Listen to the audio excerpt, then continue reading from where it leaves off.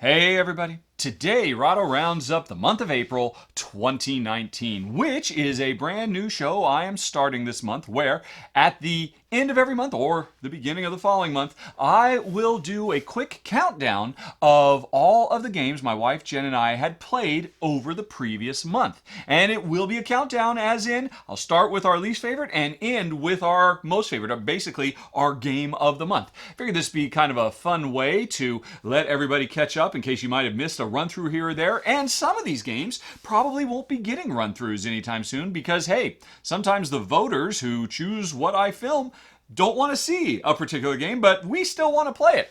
And so I'll be talking about some videos, or some games that don't necessarily have videos or any other format. So that's the dealio. Let's get started. In April, we played 24 games and expansions. And so let's start with number 24, One Deck Dungeon, which is a nice enough little dice chucking dungeon crawl adventure. And I gotta say, the main thing that sticks out to me about this is really ideally suited as a solo game. When I played it solo by myself, I actually enjoyed it quite a bit, which is saying something, because normally I'm not a big fan of rolling lots of dice to see how well I do in fighting against monsters, but I thought it was actually fun. It's when Jen and I played it together as a cooperative game that it just felt a little cumbersome. It didn't quite have the same zippiness and speed. And I know this game was always originally designed as a solo game, and you know the two-player rules, or actually you can go up to 4 players if you buy 2 copies of the game, or kind of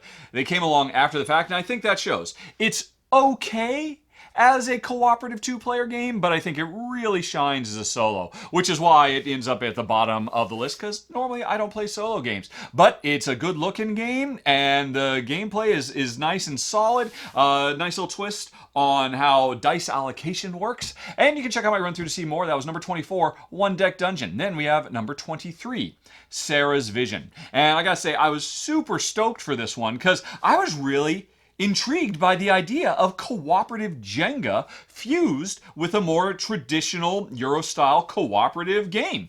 And this game totally delivers on that, as odd a combination as that might seem, and it works pretty well.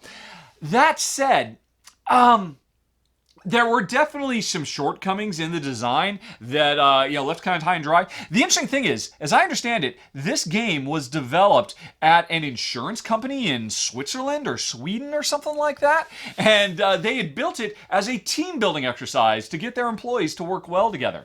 And I think that shows, because while it functions as a cooperative game, the interesting thing is pretty much everybody, whether how many players you've got, you're practically playing a solo game. Because even though I have my own hand of cards or special things I can do them on anybody's turn, which means everybody has access to everything all the time. And like I said, well, hey, like One Deck Dungeon before it, it's really a solo game that if you want, you can play with more players, and that's really less than ideal. And I'm kind of bummed, because I think the Jenga stuff worked well, and I certainly like the theme and the presentation of a post-scarcity future society under threat. I thought all of that was great, but really, it's a solo game at heart. And I think, I talked about this in my final thoughts, there's a couple of little tweaks you could do that I think could make it a really solid cooperative game as well. It just needs a little bit more time in the oven. So that's 23, Sarah's Vision. Then number 22, Quodd Heroes. Now, this is a very cool game, and it totally wins the best production of the year so far. The quality of the game pieces and the art and everything about this game is amazing. But what is it? It is basically a game where players control these Quodd Heroes, which are just a little sculptured cubes that roll around on the board, and as they tumble, they reveal face. If they tumble flat down onto their face, that means their tail feather is sticking up in the air. If they tumble to their right and land on their right shoulder, that means their left shoulder is in the air. And after a tumble, whatever side of them is up indicates what special effect they can do. And they've got all kinds of funky special effects for being able to slide around and trigger things, and you can upgrade them over the course of the game. It's really cool, and it works really well. And again, the pieces, these Quodd Heroes themselves, are amazing. Some of the best minis I've ever seen. That said, my problem with it, the reason it's at 22, is because originally this was designed as kind of a a destruction derby race style thing where everybody's quad heroes are zipping around on the board, racing to achieve objectives for everybody else and shooting missiles at each other and all kinds of stuff. And so it was very much a cutthroat, in-your-face robo-rally kind of thing. But I was not interested in that at all. Late in its development, they added some cooperative missions. I thought, okay, I love the idea of how these things move around the world. I love cooperative games. Maybe this will work. And while it does function, it was obvious to me and Jen as we were playing that, yeah, this would be a lot better, a lot more compulsive and compelling if we were playing a competitive game where we were trying to shoot each other and beat each other to the punch and cut each other off by rotating tiles and laying traps and all that kind of stuff. So much of the game just kind of falls flat when we're working together playing cooperative. And so while I love the presentation of this game, it's really not for me and Jen, because at its heart, it is a cutthroat race game with some of the coolest pieces you are ever going to see in board gamedom. My number 22, Quodd Heroes. Then we've got number 21, Wurfel Bohnanza, which is basically Bonanza dice. And Bonanza is one of designer Uwe Rosenberg's most well-loved card games of all time. And this is basically taking the cards out, replacing them with dice, really changing the core heart of Bonanza. I mean, this is Bonanza in that, it's still about collecting beans. And it has the same cartoony art style, but otherwise it's a radically different game. But it is still a nice, solid game of, every turn you're rolling dice and trying to decide how far you push your luck for rerolls to get what you need. But the tricky thing is, every time I roll my dice, not only do I have the opportunity to leverage them for points, everybody else around the table does too. So you are, like in a lot of these style of roll and re-roll games, you're encouraged to re-roll to get the perfect hand, but the more you re-roll, the more you might help somebody else. So do you push your luck like that, or do you just take what you got before anybody else can get something good? That is a cool idea, and this is a very well-designed game. That said, I think it's going to be a bit more fun with more players, because that's where a lot of the specialness comes from. When it's not my turn, hoping that I get something off of your turn, and with only one other player, that doesn't happen as much. Plus, it's kind of odd. I do think maybe the game is just a little bit longer than it should be. Maybe it just outstays its welcome just a tiny bit. Love the core ideas, but there are just a couple of things that keep it higher on the list. Number 21, Wurfel Bohnanza. Then, number 20, Bloom, which is actually a reprint of a roll and write I covered last year that came out of Poland called Bouquet. And this one, Bloom, it redoes the art. And some people, I think, will like the old art better. Some people will like the new art. That's obviously very subjective. But the game is mostly the same. It's all about rolling a bunch of dice and then players taking turns drafting those dice, because you want the number and you also want the color. If you take an orange 3, that means you can make, by drawing on your own sheet of paper, a size 3 orange bouquet. And you're racing against everybody to try and get all of the oranges or all the flowers of a given area so you can score points as fast as possible. It works really well. I thought it worked really well, Bouquet. And actually, interestingly, I think Bouquet's a little better, because I was surprised. A few rules have been tweaked a tiny bit with this new edition, and what they do is they make the game much more forgiving. You now have the opportunity to reroll, which you didn't in the original game, and there's not this huge penalty that you'll suffer if you have the most dissatisfied customers of your flower shop at the end. Honestly, I think Bouquet was the harder game, the more challenging game, and therefore I think maybe it works a little bit better for me and Jen, but I can certainly see why Bloom is going to be maybe a better gateway game, because it is much more forgiving and much more easygoing. And that was number 20. Now on to number 19, Neom. This one is probably my biggest heartbreaker of the month, because I was super excited for this. This is a SimCity style, City of the Near Future building style game that has the card drafting of what you would expect from Seven Wonders or Sushi Go or something like that. And here's the thing, it is brilliantly designed. It is so good. There is so much tension, and the puzzle of how to, the tile cards that you end up taking to build up your part of the city every turn, it is so good. It's some of the best combination of drafting and puzzly tableau building that I've seen in a long time. So we liked it a lot. This would probably be a top 5 of the month. Maybe a top 3. It's that good a design, but there's one problem. Scattered amongst all of the other city building cards, buildings and roads and stuff like that, there are also disaster cards. And on your turn, instead of playing a card that's going to let you build up and score points, you could, if the timing is right, play that disaster card. And the thing is, every other player gets hit by that except for you. You get to completely avoid it. And so, when one of these things comes in your hand, and they will, there's no way they're not going to show up over the course of the game. When it comes into your hand, you have to decide, well, I really want to build this thing. But if I don't cause the disaster to happen right now and smash everybody else, then someone else will do it to me. So I've got to do it to them first. And, yes, the interesting thing is, if you decide to let it go, and then you can watch it. You can keep track of where it is. Okay, well, Bob didn't play it. Bay didn't play it. Jim, I bet you he's going to play it. There are means by which you can prepare yourself for them. You know they're coming, and if you didn't play it, you better prepare because someone else is going to play it against you. So don't get me wrong, it works really well, but it was such a bummer because I could totally see this game being brilliant without that at all. And I looked online, the designer said, nope, they're really important to the game, don't take them out, they really affect the overall balance, so okay, well that means Neom is not for us, which is too bad because, it's a phenomenal game. The rest of the game, the drafting and the city building is so good, this could have been a top 10, because it actually came out in 2018. It could have been a top 10 contender, but those disaster tiles ruin it for us, which is why it's so low at number 19. Then we got number 18, Kodama 3D, which is actually going to go on Kickstarter in May. Originally, the Kickstarter was supposed to launch in April, but it's been delayed a little bit. So I have actually played it and filmed the run-through and everything, but it's not going to go live until sometime in a few weeks. But this is a really charming little game. Just like Kodama and Kodama Duo before it, the art of Kwanchai Moria really brings this world to life as we're trying to design trees and let them grow in a way that best serves the needs of these adorable forest spirits that could have come right out of a Studio Ghibli film. It's absolutely super charming and lovely, and a nice little puzzle too.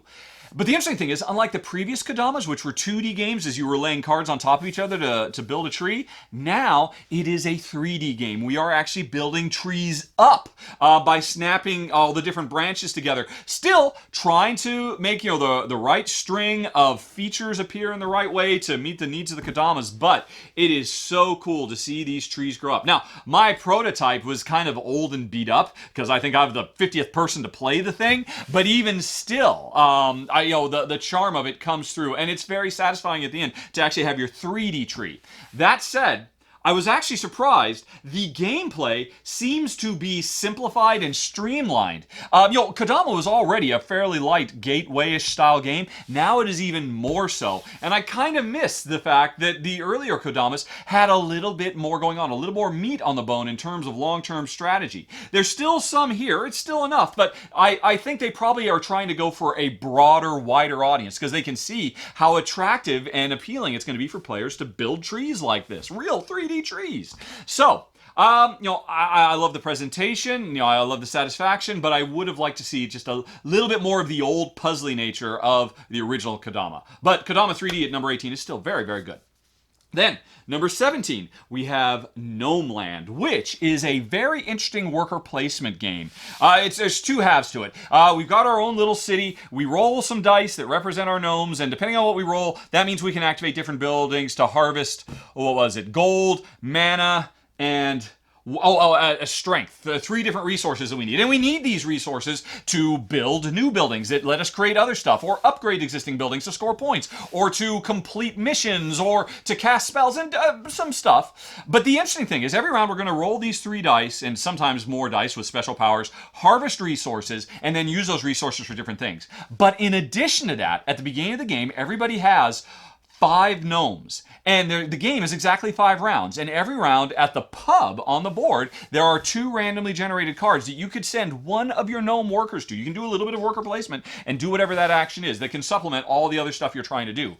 The trick is, after the gnome does that, the gnome goes away. He does not come back. So this is a worker placement game where you say goodbye to your workers throughout the game. And you have these tough choices. Well, I only have 5 rounds. I only got 5 gnomes. I don't want to use either of these powers, or I really want to use these powers, but I don't want to give my gnome up because he'll be gone. Because there's one other use for the gnomes as well, and this is very cool. If you are building your city a different way than I am mine, and you have access to things that I don't have, when it's your turn and you activate your buildings, I can send one of my gnomes out to collect the same stuff you did. Instead of using them in the central pub, which gives all kinds of special powers, I can send them to your neck of the woods. Now, they're still gone out of the game forever, but that is always a very interesting puzzle to try to work your way through. A nice bit of tension. How do I use this incredibly limited resource? A worker placement game where you never get your workers back is a very, very cool idea. And Gnomeland, we had a nice, fun time with it. Really fast, just 5 rounds from one of the co-designers of Potion Explosion. And I can totally see that pedigree at work here, although it's a very different game. Number 17, Gnomeland. Then number 16, Corinth, which is a roll and write recreation of an older Euro classic, or a newer Euro, an older Euro, but a newer classic, Ispahan. This is Ispahan, the dice game, and it works really well. Simplifies and streamlines what was one of the first, if not the first, dice drafting game on the market. Keeps the core, but brings it down into a roll and write format and adds some very, very cool stuff. In fact, I think probably one of my favorite uses I've seen of roll and write as a genre appears in this game. The notion of one of the things I can do with my dice that I'm drafting for is send a merchant walking around, and there's like a history to what he does, which is something you normally can't do, but roll and write allows you to do in a very elegant way. Very, very cool. We really enjoyed this one quite a bit. Number 16, Corinth. Then number 15, Kingswood. This was a Kickstarter project. I think the Kickstarter's probably over by now, or maybe it's not. Maybe it's got a few more days. I'm not quite sure. I should have looked at that ahead of time. But this was a neat rondel game where, a rondel by way of, what was it? Shem Phillips. Oh, Raiders of the North Sea. Yeah, Raiders of the North Sea. It's the concept of, hey, here's a little rondel. It's randomly generated, representing all these different locations in a lovely little fantasy village. And there are 3 workers in different spots. On my turn, I pick a worker up, and then I move them clockwise or counterclockwise around the rondel and drop them off at another building. And I get to do both of those actions. I get to do the action where they were, and I get to the action where they go. So this is not a worker placement game where, oh no, somebody went to the pub, I can't go there. No, I can go there, but now I start my turn at the pub and end my turn at the lumber mill or whatever it might be. This is a very clever system. It works really well in Raiders of the North Sea, which has kind of the same thing, this sort of shared pool of workers. But this game is incredibly fast. It's practically a filler because we're doing all this, to run around and collect resources so we can send our adventurers out into the forest to beat all the basties or the nasties and score a lot of points. And yeah, it was really sharp. We actually enjoyed it quite a bit. Number 15, Kingswood. Then number 14 from Haba Games is Honga. And it's from designer Gunter Burkhardt. And I loved Gunter's last big game, Ulm. It made my top 10 of the year it came out, which I think was like 2015, 2016, something like that. It was an absolutely brilliant Euro game that had one of the coolest action selection mechanisms I've seen in quite a while. And so, ever since then, I've been excited for what Gunter would come up with next. And Honga, once again, he introduces a bonkers, crazy, wonderful, clever, and inventive action selection system. I should say, worker placement system. Honga is a caveman, prehistory worker placement game where every round I am going to be able to deploy either 4 or 5 workers to all the various places on the board to do different actions like, hunt or, go gathering or foraging or engage in trade or, worship nature, prehistoric type things. And like I said, I've got 4 or 5, depending on what my situation is, villagers that I can assign to these actions. But the way I assign them is based off this round card I've got. Every turn I've got one card,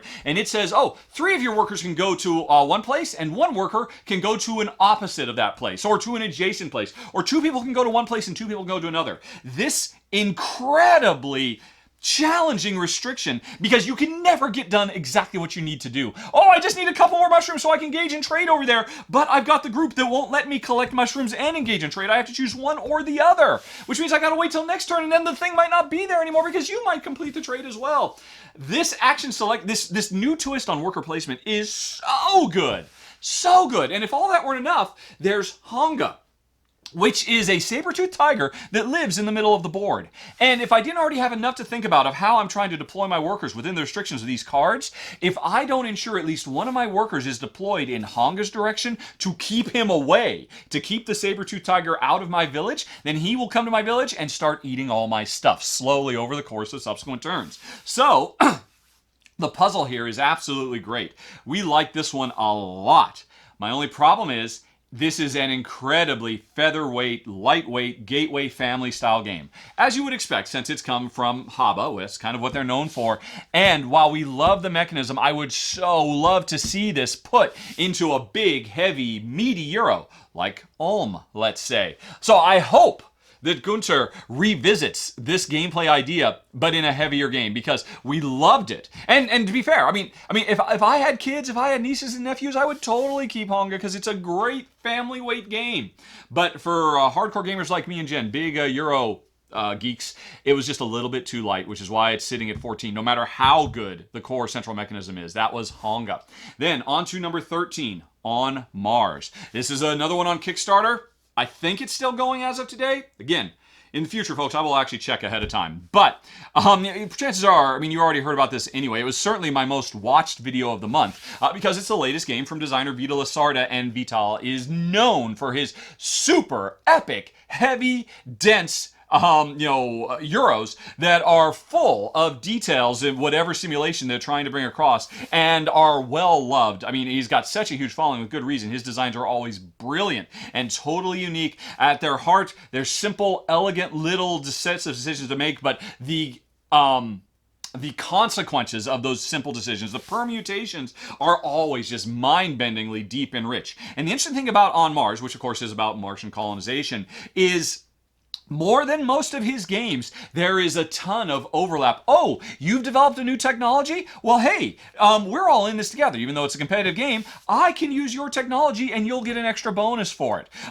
Stuff like that just permeates throughout the game. Opportunities that I inadvertently create for you, and it's something I've got to take into account every step of the way. And it is really nice. My only two complaints about this game were, one, in stark contrast to what I just finished saying about Honga, this one was maybe too deep, too heavy for us. Didn't quite hit the just right side of porridge. Honga too light. On Mars maybe a little bit too dense, because oh man, this game will really run your brain through the ringer in a good way. And then the other thing is, there's this weird thing, like I said earlier, his games are known for their slavish attention to detail and loving recreation of all the particulars and peculiarities of whatever they're trying to simulate. And that's true here as well, but they throw in these kind of magic Martian rock crystal energy sources that are almost, they're not alien in origin, but they kind of stick out like a sore thumb to me, and that was kind of a bummer because I've never seen him do that before. And I don't know, if you just go with it and you say, hey, you know what, there are going to be some weird energy sources that nobody ever knows about that we will ultimately discover on Mars. But that was really the only thing holding me back on my number 13, On Mars. Then we've got number 12, Fuji. This game is very, very cool. From Wolfgang Warsch, who is on a total tear. He had such a monster successful year last year. And this is his first new game out of the gate after The Mind and Quacks of Quedlinburg and Ganz Schön Clever and whatever else he's done. Fuji hasn't seemed to quite catch as much lightning in a bottle for him. I don't know why, though, because for my money, it's his best game to date. It is very, very cool, and it follows a kind of a recurring motif for him. It's a cooperative game where we're all trying to escape from Mount Fuji, which is exploding, and we roll dice, and the dice we roll in secret determine where we can move on this map as we're trying to get away from the lava that's getting closer and closer. The tricky thing is, we can't talk about what dice we rolled, and if I want to go to, say, a red tile, I need to have my red dice have a higher total value than anybody else, because that means I've got the most knowledge of how to get to that tile. But if my neighbors have higher red dice than me, after I've locked in and said, this is where I'm going, everybody reveals, and we're like, oh no, I can't get where I'm going anymore, because that represents them keeping knowledge away from me. If they had more red knowledge than me, then I couldn't make it there, and I'm one step closer to getting burned alive by the lava. So this is a game of, like The Mind and so many other games, of imperfect information, there's certain things we can communicate to each other, but we can't just come right out and say exactly what we have. So we have to intuit what everybody else has. We can say, oh, I see you've gone to that space. So that means you must think you've got a lot of odd valued blue dice. I have a lot of odd valued blue dice too. I've got to warn you, you can't go there. I'll probably destroy you. Or maybe I'll re-roll my dice to get rid of those so that you can make it there. But then that means I might ruin my own chances to get to that red tile I was trying to go to. Really clever. My only problem with it is it has two very good two-player variants. Because really, this is ideally a game where you have a neighbor to your left and your right, and you're worrying about both of them. In a two-player game, they emulate that other neighbor in two different ways. They're both very good, but one of them is too lucky, and the other one is too unwieldy. They both work well, but I think Fuji at its heart really ideally wants 3 or more players to be at its best, which is the only thing that keeps it from cracking the top 10 of the month. That was number 12, Fuji. Number 11 is 100 Torii, which is another game. It's actually coming in May on Kickstarter. We just played it a little bit earlier. And this is a very, very nice tile laying game from Scott Caputo, who's had a good couple of years. Most recently, Whistle Stop was very, very well loved. And he's had a few other really great tile laying games. In fact, I mean, I'm starting to think this guy, he's the modern master of tile laying because that's really kind of his focus. And this one is no different. One, it has gorgeous art from artist Vincent Dutray, who recently made my number 2 greatest board game artist of all time. And it has it's a very, very interesting thing where we're all laying tiles to a common area. We're basically creating, I think it was an 18th or 17th century Japanese garden that we're trying to wander through, kind of Tokaido style, moving from one landmark to another. But what often happens is somebody will be putting tiles down that help them a little bit, but that ends up helping everybody else who comes afterwards because you ended up creating a path that I can now walk that gives me so many more points than I could have gotten otherwise. So it's a constant game of one-upsmanship as these particular trails just get bigger and longer as everybody jumps on them. Hey, it's the new hot trail. Everybody's walking this trail. And eventually it gets kind of played out and then there's no more points to be gotten out of it and then trails branch off in new areas. It has a very interesting flow and we liked it quite a bit. And of course, it's gorgeous. It's number 11, 100 Torii. You'll be seeing that come in on Kickstarter in May. Then, number 10. Vampire the Masquerade Heritage, which is another Kickstarter title. Might still be live, I'm not sure. This thing was absolutely bonkers. The legacy style gameplay, which is to say gameplay where the choices you make create permanent consequences, they permanently change the game forever, is implemented so well here. And I love it especially because the theme is so perfect. This is a game about eternal vampires. And this game, if I recall correctly, takes place, its main storyline campaign is like 700 years long, starting in the Middle Ages and playing all the way up to like the 1990s. And so, as the card game itself is a card drafting game where every round I'm grabbing a card to basically turn some hapless mortal into a member of my vampire coven because they have certain strengths and attributes that I need to fulfill my own personal objectives. But once they've joined me, I put stickers on them that says, this mortal is mine forever. And in a future game, we might draft, and that used to be a mortal, now it's a vampire, might show up again, and you might draft them. They might not come over and work for me. That means if they come into your vampire tree, they are an ally. You can still get them, but they cannot help you build your lineage. If I can get them again in a future game, they can help me build my lineage to an even greater degree. This is awesome. So full of awesome sauce. Great presentation, wonderful atmosphere, ambience, the secret hidden history of mankind that we never knew because vampires were secretly controlling everything for, the last half a millennium. Really great stuff. My only problem, the only thing that probably kept this from my number 1 space this month is, oh, it breaks my heart. There is so much skullduggery, so much backstabbing. I was hoping it wouldn't. I really wanted to try this. I went in a little nervous because I knew there'd be some, but it's pretty ubiquitous.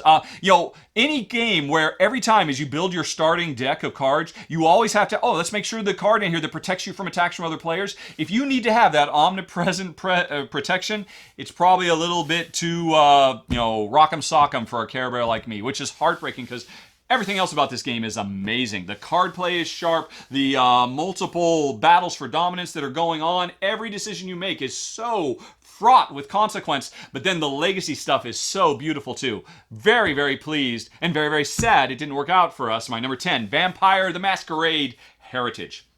Then, number 9, another game that I know is still on Kickstarter because I think it only went live a few days ago, Runika.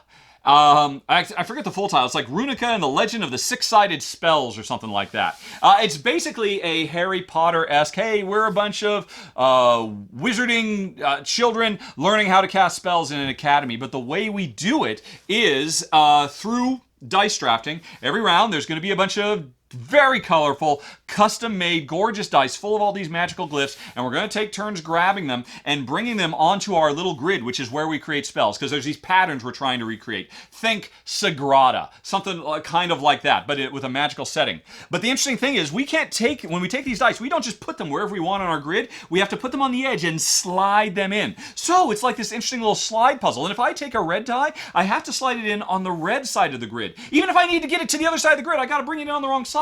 But what you can do is you can rotate this ring around the grid that controls how the dice enter your grid.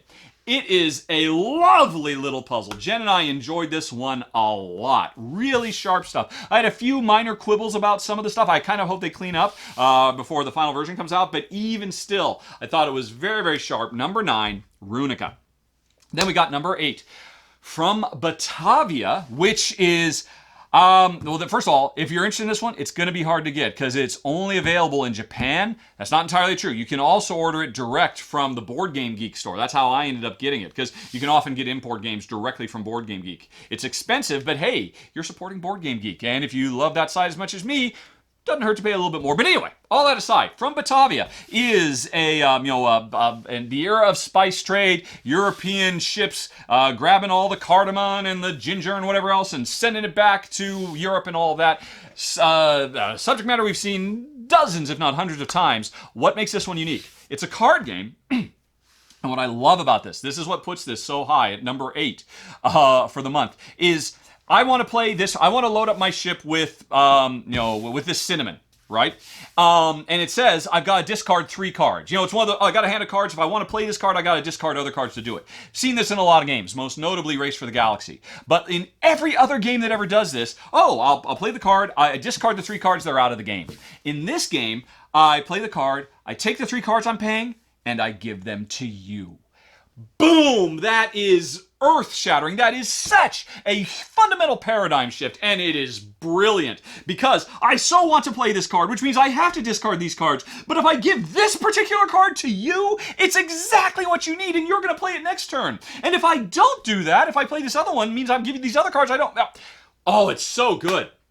That idea is so great. From Batavia is a very...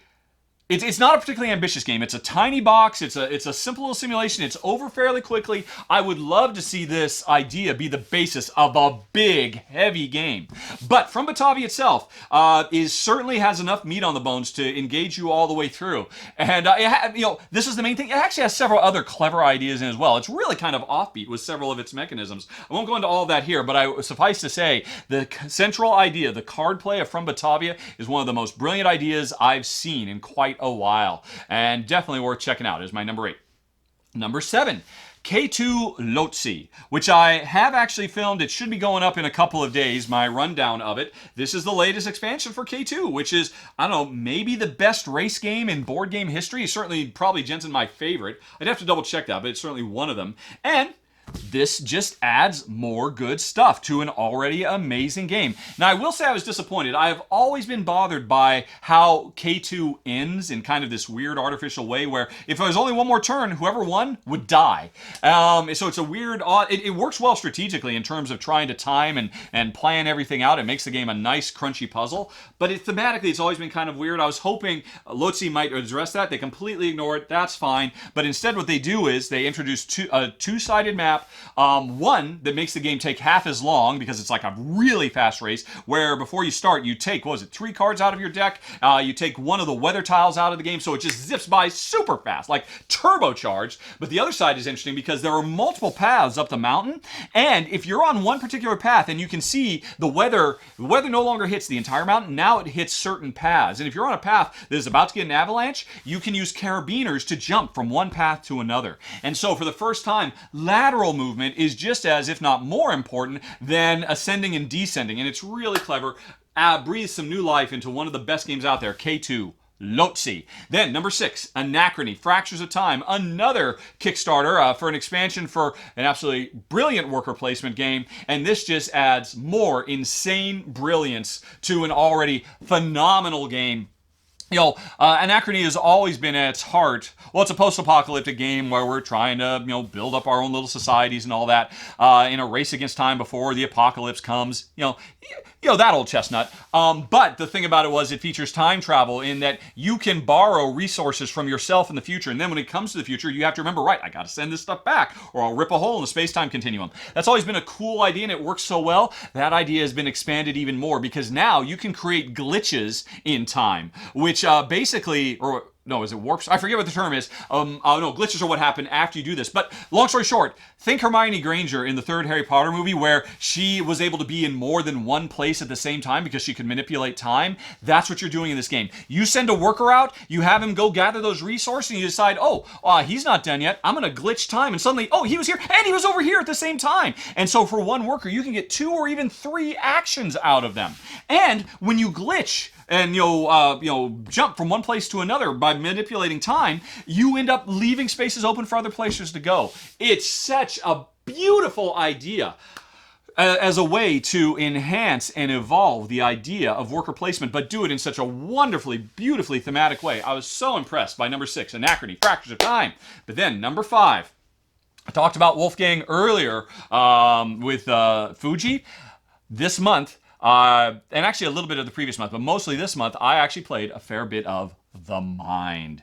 And I've got to say, this game, I think, deserves all of the applause, all of the critical acclaim, all of the substantial number of awards it has won. It is a really brilliant experience. At what seems so simple. Hey, everybody just gets dealt a hand of cards, and we have to play these cards sequentially. If you play a 7, then I've got an 11. I better play the 11 before somebody else plays the 22, before somebody else plays the 40. And if we can put them all in order, we win. And if not, we lose a life and we try again. And we try to make it through several levels of this. Sounds really simple, sounds really dull, until you realize no one can say anything to each other. Again, forget about imperfect. You can't give any clues at all. You literally cannot speak. So, me trying to decide, somebody's played a 25. Should I play my 35 now? It's a jump of 10. What if somebody else has a 30 or a 31? We could all die if I play this, but I can't ask, and no one can tell me. So all I can do is just look you in the eye and try to understand, how long would you wait? What timing would you do? What kind of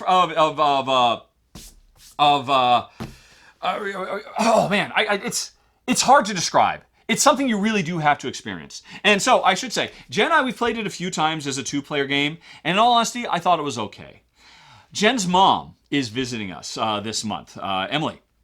And we played it with her, and then suddenly, as a 3-player game, having one other person getting into your mind and getting into her mind, or seeing the 2 of them trying to figure out who should play, because I know I shouldn't play. I'm sitting on an 80. I'm not going to play this when there's a 20 on the table, but watching them try to figure it out is so entertaining, but then all of a sudden it comes back around to me, and now I'm trying to figure you people out. It is an incredible social experience. There's a fair amount of luck, but there's a fair amount of probability. There's a fair amount of just reading and knowing your loved ones. It's brilliant. It's my number 5, The Mind. Then, number 4, the latest, another Kickstarter title. I'm pretty sure this one's over by now, from designer-artist Ryan Lockett, Rome. And I will not sing the B-52 song, even though it's right now in my head. Every time I think about this game. But it's a very, very sharp game of area control, I guess you'd say. It actually, a lot of people likened it to an older game, Mikarinos? I forget the name of that one. But anyway, every round, I've got these cards that have kind of puzzle patterns on them that represent characters who I can send out into the countryside to search, because we're searching for people who are lost, who are out roaming. And so if I activate this guy who has kind of like a little Tetris L, I get to put 3 cubes out in a Tetris L shape, but I can't rotate. I have to do it, in the way he goes. And that I could spread those across one location and try to dominate that location. I could spread them across multiple locations and try to get a little bit into everywhere. And then you do the same thing. And we're racing to try to completely scour these areas so we find the lost players, because that'll give us more searchers with more interesting and varied Tetris-style search patterns as we race towards the end. It's beautiful, like every Ryan Lockett game, but the core puzzle here is so sharp and so fast and so fun and so elegant. I don't say that enough. Just how amazingly elegant games can be, and this one certainly is. It's why it's my number 4 of the month, Rome. Then we've got number 3, another Kickstarter title, Kingdom Rush Rift in Time, which is a board game version of a hugely popular video game tower defense title, Kingdom Rush, and it was really sharp. A great cooperative game, and the reason it works so well, I would have to say, I wouldn't say it is the best, truest representation of tower defense in board gaming, because it does take a couple of liberties with how things work. Like most notably, you can tear towers down very quickly and then immediately deploy them somewhere else. They're not, once I put it down here, that's where it stays, and I've got to make, And in this game, it's much more about tactical responses to the bad guys who are coming in. So you may say, that means it's not a true tower defense game because you don't have to live with your choices. But I don't care because it makes it so much more fun. This game is a blast. Well, it should be. It's my number 3 of the month. So beautifully puzzly. When you put these towers down, they fire off, once again, Tetris pieces that fly out to try and cover up the cards that are coming, just constantly, nonstop, wave after wave, to take out all the bad guys before they overrun the kingdom. And here's the thing that really makes this game beautiful. It might be a problem for some people, but this game has so much in common with the original Legends of Andor because you cannot take out all of the bad guys. If you try to focus on that, eventually they'll overrun you and you'll run out of time, you'll run out of resources, it'll be impossible to win. You have to know as often as not when to let them go, when to let them zip on by, and pick and choose your targets. And that makes the fundamental puzzle here so good. Man, this was an amazing game. And it crushed all its stretch goals, so it looks like it's going to be even better than what Jen and I got to play, because we just had an early prototype with like the first 3 missions. Really sharp, amazing stuff. My number 3, Kingdom Rush. But number 2 is an expansion for one of my favorite Stefan Feld games, Merlin. The expansion, Arthur. This is so cool. Merlin was just about nearly a perfect game. A roll and move game, actually. Somehow Feld and Michael Runika, his design partner, made roll and move fun and compulsive and compelling. I've done a run through of the original so you can see why. But what the Arthur expansion does is it adds a new rondel that we're trying to move around in the center of the one that already existed. And in the original game, on my turn, I could move my knight around the round table to activate certain abilities. I could move Merlin around the round table to activate abilities. Now, there's a new table which I can also move Arthur himself. And what that means is every round, used to be we rolled 4 dice. 3 dice for my knight and 1 for Merlin, so I was going to do 4 actions in a given turn, and the order I did them in made all the difference. Now, I was going to be 5. I roll a die for Arthur as well, and this adds so much insanely, incredibly compelling depth to the game. And, in fact, I was surprised by this. It fixes one of my only problems with the original game, which is the Queenie that makes the land territory more interesting, was also way overpowered, and I think it threw the balance off. Now the balance is restored, and so I can play with that Queenie without everything being all out of whack.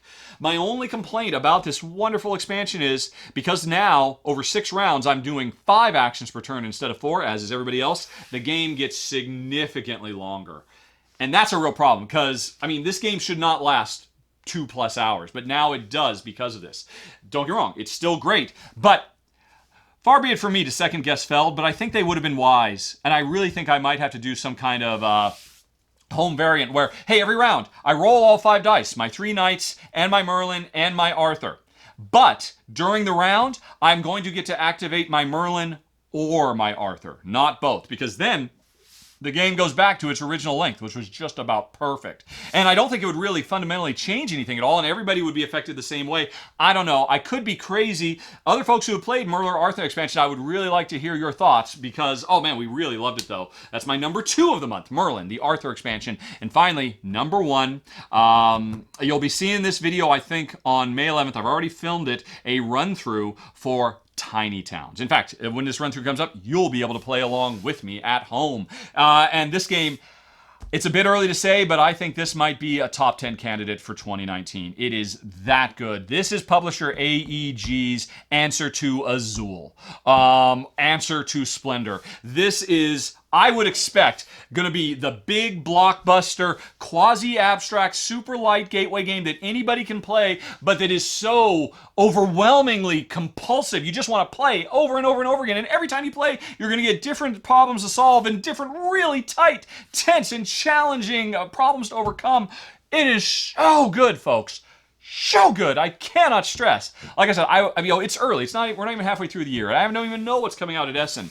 But I am hard pressed to believe this won't make it into my 10 best games of the year. And it's certainly the best game we played of the month. I have played this game a dozen times now, both solo and as a 2-player game. I'd love to play it at higher player counts. It comes with 3 completely different. It's a city building game where you're building a tiny town, really tight, restricted, area as you're trying to deploy your.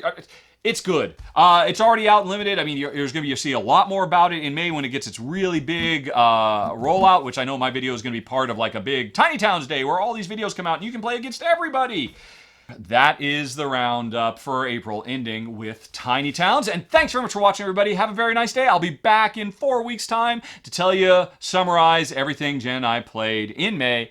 Have a very nice day. Talk to you later. So long. Bye-bye.